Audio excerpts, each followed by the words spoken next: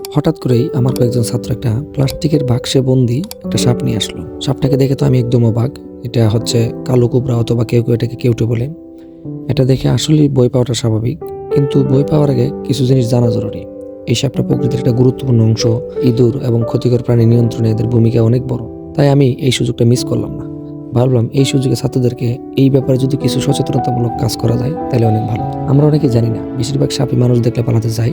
নিজের জীবন বাঁচাতে পারলেই তারা বাঁচে। অকারণে হত্যা করলে শুধু একটি প্রাণ নয়, নষ্ট হয় প্রকৃতির একটা চক্র। এই সুযোগটা কাজে লাগিয়ে আমি ওদেরকে বোঝানোর চেষ্টা করলাম সাপ দেখলে কি করা উচিত আর কি করা উচিত নয়, কিভাবে দূরত্ব বজায় রাখতে হবে এবং কিভাবে নিরাপদ থাকা যায়। তাছাড়া ছোট সাপ দেখে অনেকে অবহেলা করে, এটা কোনোভাবে করা যাবে না। এরকম ছোট সাপ বড় সাপের তুলনায় কোনো কোনো ক্ষেত্রে অনেক বেশি ক্ষতিকর হয়ে থাকে।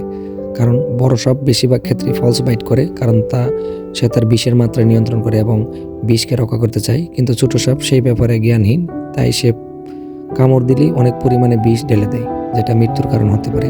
তাই আমাদেরকে অবশ্যই এই সকল জীবজন্তু থেকে দূরে থাকতে হবে এবং এদেরকে মারা থেকে বিরত থাকতে হবে এবং পরিবেশের ভারসাম্য রক্ষায় সাহায্য করতে হবে।